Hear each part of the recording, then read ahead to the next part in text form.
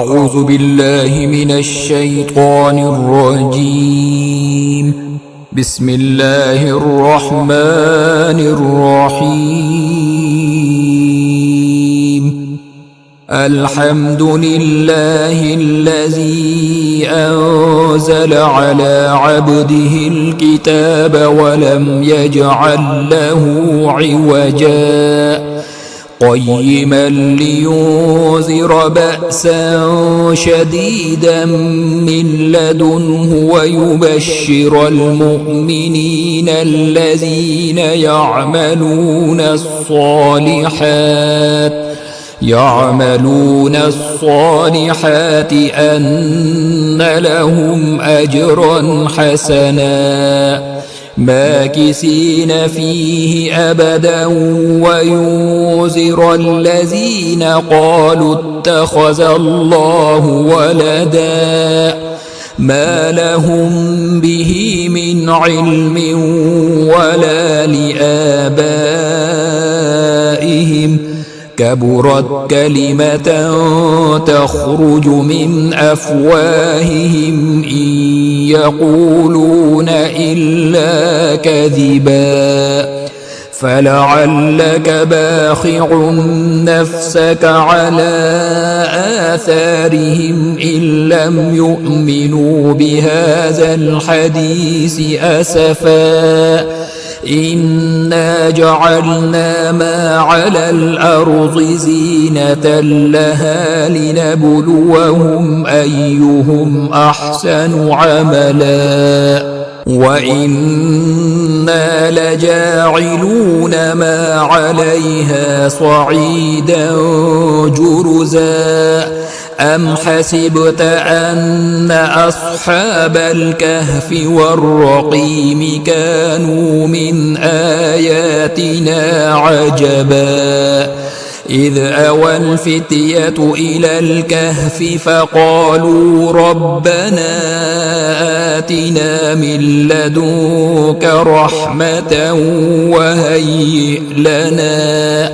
وهيئ لنا من أمرنا رشدا فضربنا على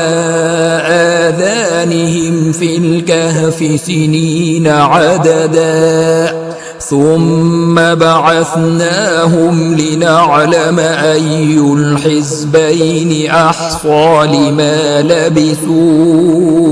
أمدا نحن نقص عليك نبأهم بالحق إنهم فتية آمنوا بربهم وزدناهم هدى وربطنا على قلوبهم إذ قاموا فقالوا ربنا رب السماوات والأرض لن ندعو من دونه إلها لقد قلنا إذا شططا هؤلاء قومنا اتخذوا من دونه آلهة لولا يأتون عليهم بسلطان بين فمن أظلم ممن افترى على الله كذبا وإذ اعتزلتموهم وما يعبدون إلا الله فأووا إلى الكهف ينشر لكم ربكم من رحمته ويهيئ لكم من أمركم مرفقا وترى الشمس إذا طلعت تزاور عن كهفهم ذات اليمين وإذا غربت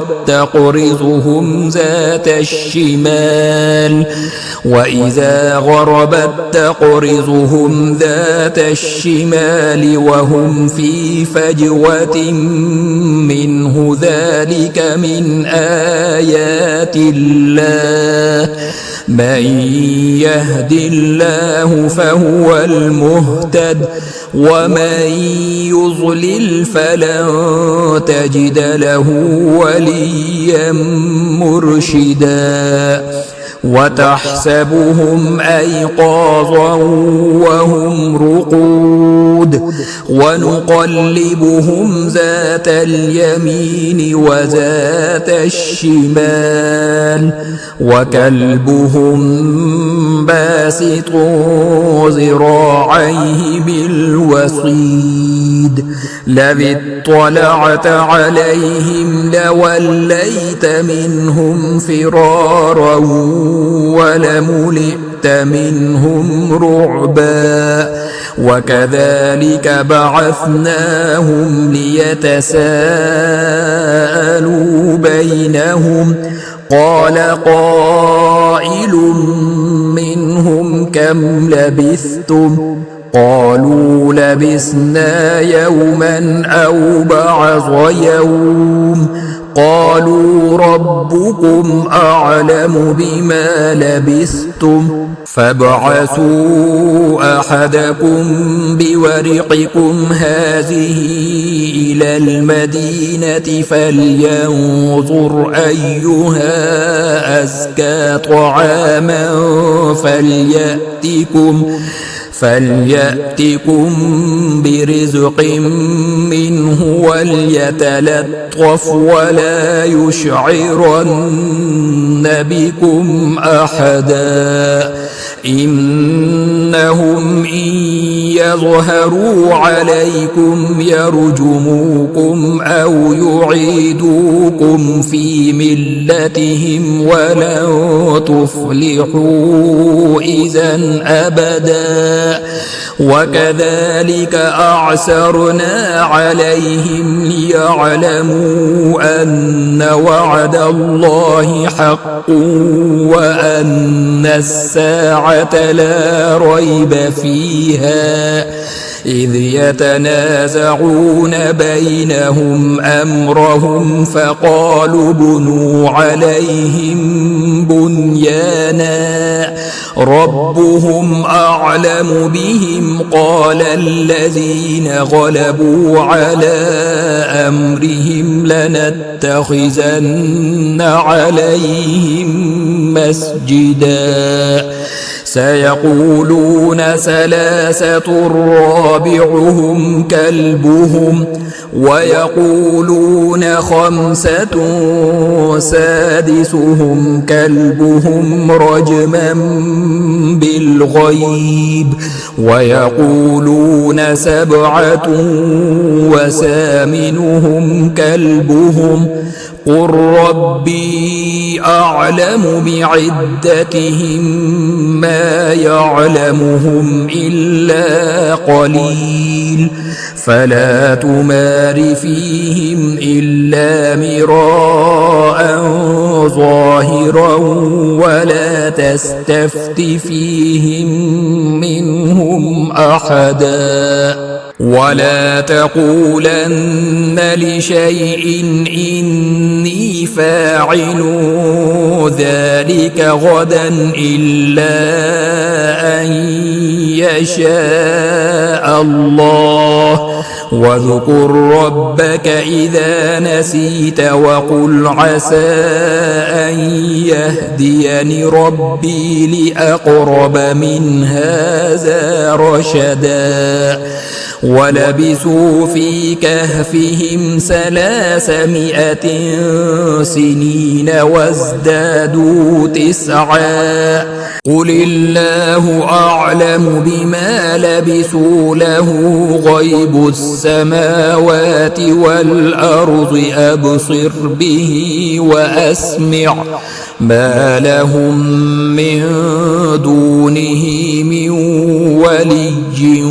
ولا يشرك في حكمه أحدا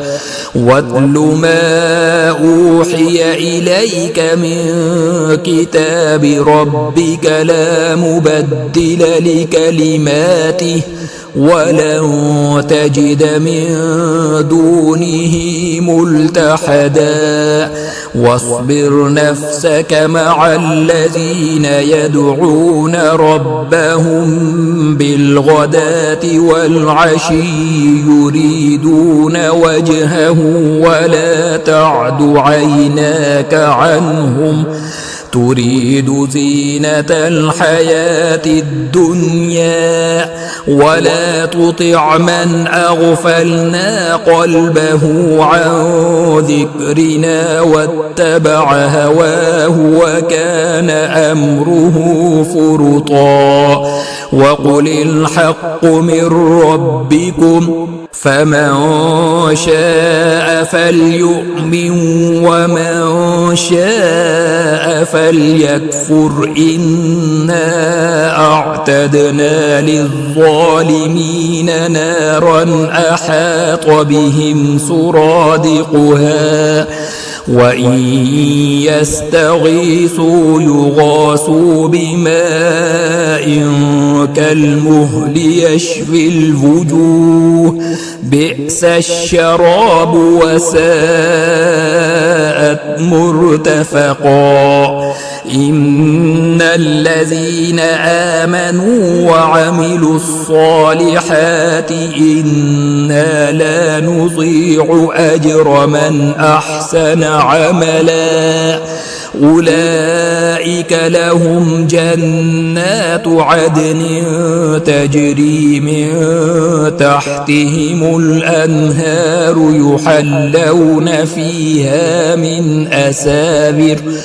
يحلون فيها من أسابر من ذهب ويلبسون ثيابا خضرا من سندس واستبرق متكئين فيها على الأرائك نعم الثواب وحسنت مرتفقا واضرب لهم مثل الرجلين جعلنا لأحدهما جنتين من أعناب وحففناهما بنخل وجعلنا بينهما زرعا كلتا الجنتين آتت أكلها ولم تظلم منه شيئا وفجرنا خلالهما نهرا وكان له ثمر فقال لصاحبه وهو يحاوره أنا أكثر منك مالا وأعز نفرا ودخل جنته وهو ظالم لنفسه قال ما أظن أن تبيد هذه أبدا وما أظن الساعة قائمة ولئن رددت إلى ربي لأجدن خيرا منها منقلبا قال له صاحبه وهو يحاوره أكفرت بالذي خلقك من تراب ثم من نطفة ثم سواك رجلا لكن هو الله ربي ولا أشرك بربي أحدا ولولا إذ دخلت جنتك قلت ما شاء الله لا قوة إلا بالله إن ترني أنا أقل منك مالا وولدا فعسى ربي أن يؤتيني خيرا من جنتك ويرسل عليها حسبانا من السماء فتصبح صعيدا زلقا أو يصبح ماؤها غورا فلن تستطيع له طلبا وأحيط بثمره فأصبح يقلب كفيه على ما أنفق فيها وهي خاوية على عروشها ويقول يا ليتني لم أشرك بربي أحدا ولم تكن له فئة ينصرونه من دون الله وما كان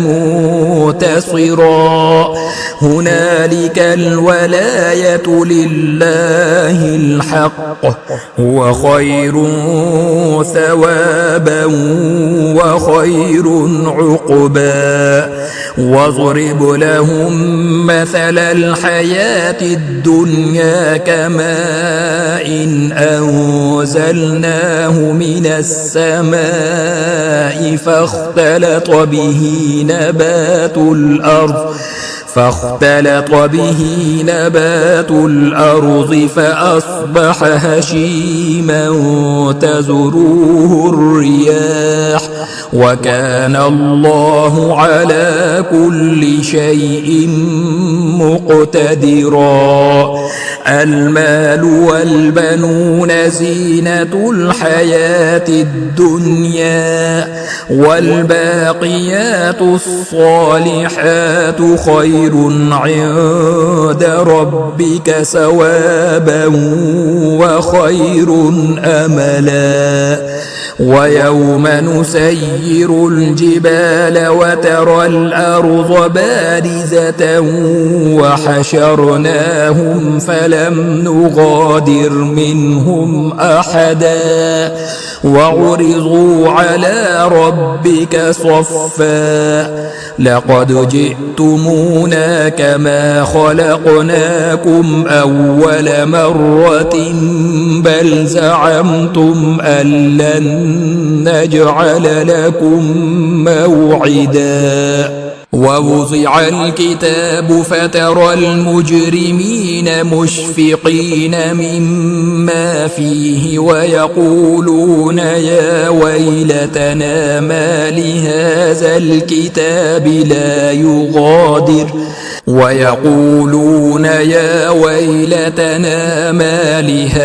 الكتاب لا يغادر صغيرة ولا كبيرة إلا أحصاها ووجدوا ما عملوا حاضرا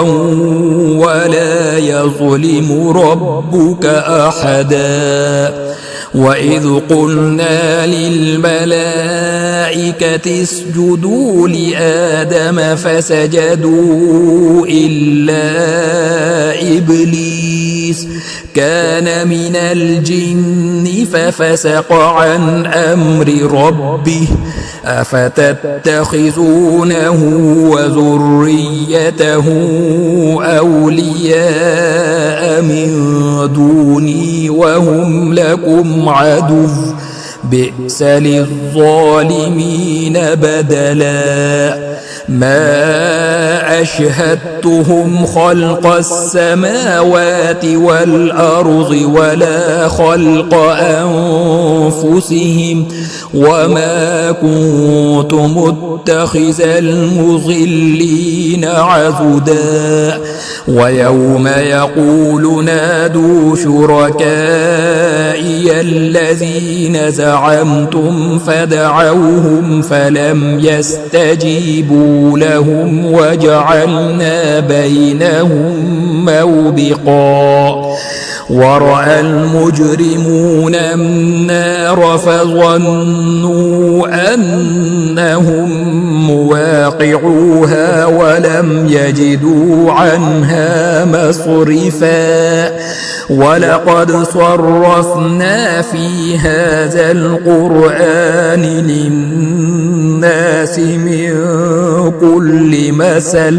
وكان الإنسان أكثر شيء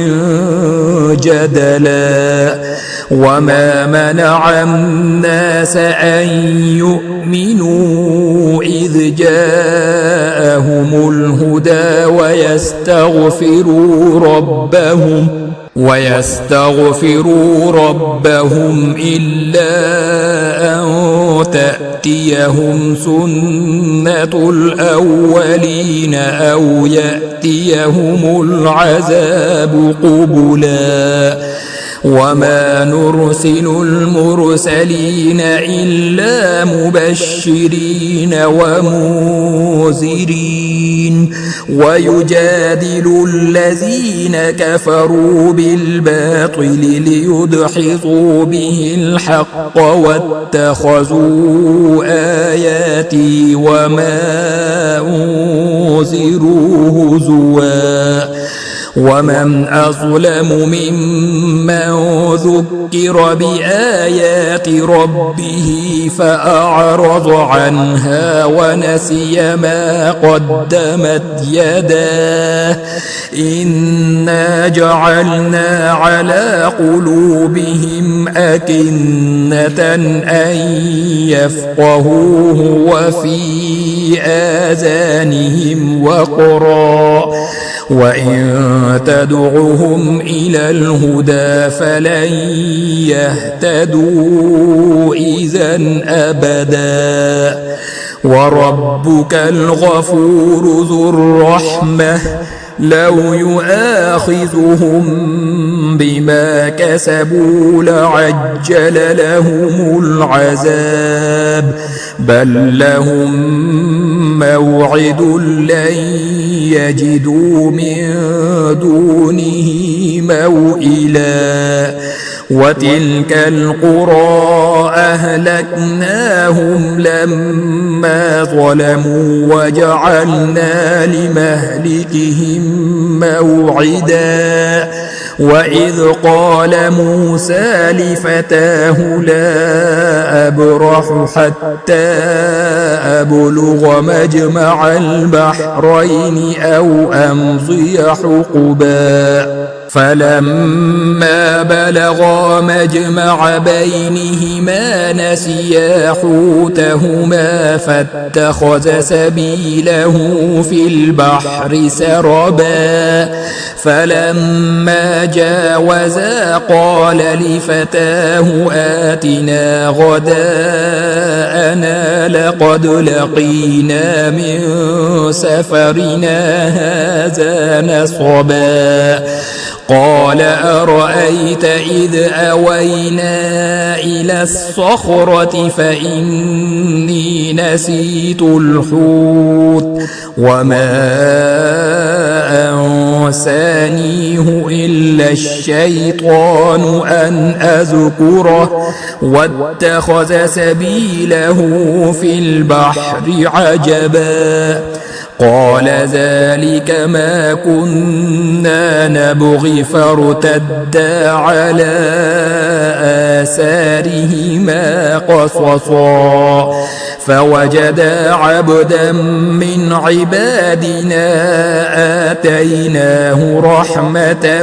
من عندنا وعلمناه من لدنا علما قال له موسى هل أتبعك على أن تعلمني مما علمت رشدا قال إنك لن تستطيع معي صبرا وكيف تصبر على ما لم تحط به خبرا قال ستجدني إن شاء الله صابرا ولا أعصي لك أمرا. قال فإن اتبعتني فلا تسألني عن شيء حتى أحدث لك منه ذكرا. فانطلقا حتى إذا ركبا في السفينة خرقها قال أخرقتها لتغرق أهلها لقد جئت شيئا إمرا. قال ألم أقل إنك لن تستطيع معي صبرا. قال لا تؤاخذني بما نسيت ولا ترهقني من أمري عسرا. فانطلقا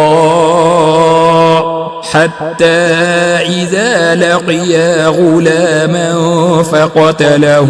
قال أقتلت نفسا زكية بغير نفس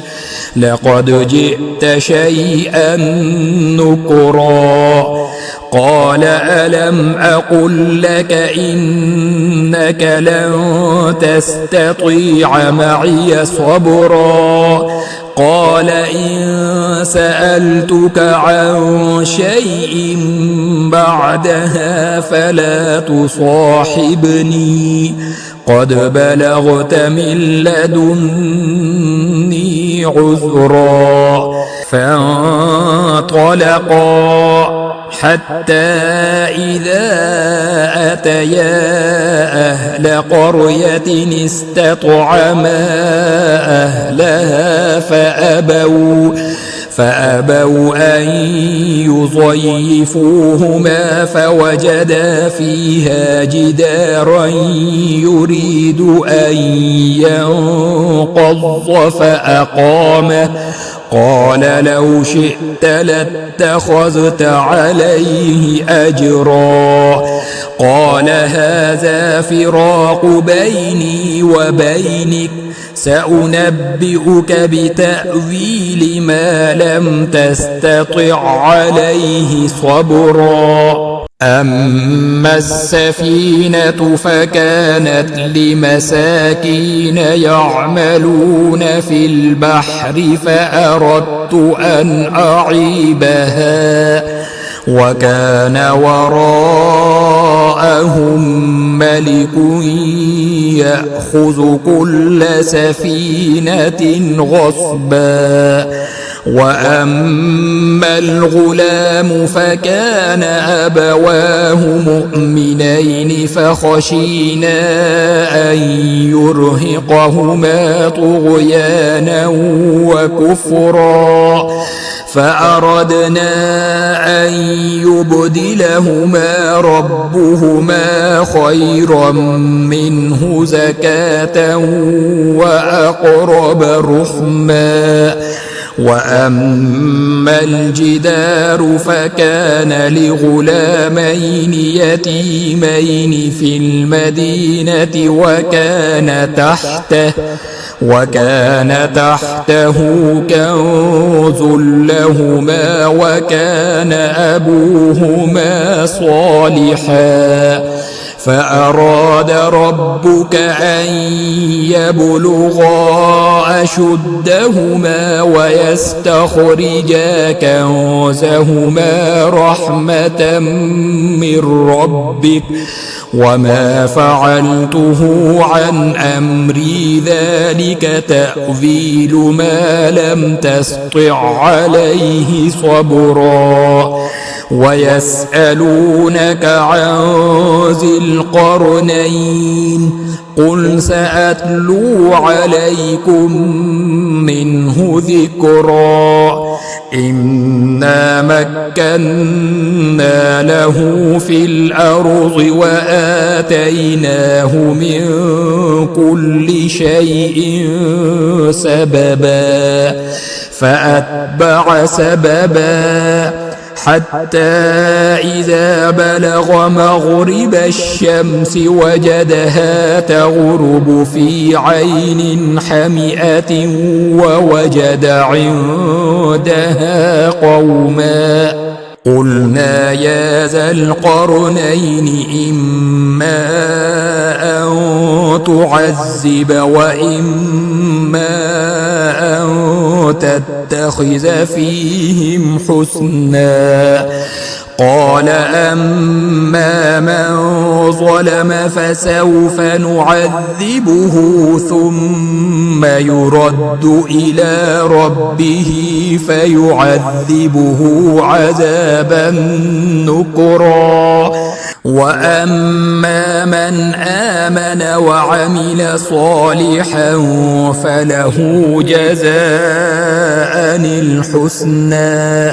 وسنقول له من أمرنا يسرا ثم أتبع سببا حتى إذا بلغ مطلع الشمس وجدها تطلع على قوم لم نجعل لهم من دونها سترا كذلك وقد أحطنا بما لديه خبرا ثم أتبع سببا حتى إذا بلغ بين السدين وجد من دونهما قوما لا يكادون يفقهون قولا قالوا يا ذا القرنين إن يأجوج ومأجوج مفسدون في الأرض فهل نجعل لك خرجا على أن تجعل بيننا وبينهم سدا قال ما مكني فيه ربي خير فأعينوني بقوة أجعل بينكم وبينهم ردما آتوني زبر الحديد حتى إذا ساوى بين الصدفين قال انفخوا حتى إذا جعله نارا قال آتوني أفرغ عليه قطرا فما استطاعوا أن يظهروه وما استطاعوا له نقبا قال هذا رحمة من ربي فإذا جاء وعد ربي جعله دكاء وكان وعد ربي حقا وتركنا بعضهم يومئذ يموج في بعض ونفخ في الصور فجمعناهم جمعا وعرضنا جهنم يومئذ للكافرين عرضا الذين كانت أعينهم في غطاء عن ذكري وكانوا لا يستطيعون سمعا أفحسب الذين كفروا أن يتخذوا عبادي من دوني أولياء إنا أعتدنا جهنم للكافرين نزلا قل هل ننبئكم بالأخسرين أعمالا الذين ضل سعيهم في الحياة الدنيا وهم يحسبون أنهم يحسنون صنعا أولئك الذين كفروا بآيات ربهم ولقائه فحبطت أعمالهم فلا نقيم لهم يوم القيامة وزنا ذلك جزاؤهم جهنم بما كفروا واتخذوا آياتي ورسلي هزوا إن الذين آمنوا وعملوا الصالحات كانت لهم جنات الفردوس نزلا خالدين فيها لا يبغون عنها حولا قل لو كان البحر مدادا لكلمات ربي لنفد البحر قبل أن تنفد كلمات ربي ولو جئنا بمثله مددا قل إنما أنا بشر مثلكم يوحى إلي أنما إلهكم إله واحد فمن كان يرجو لقاء ربه فليعمل عملا صالحا ولا يشرك بعبادة ربه أحدا.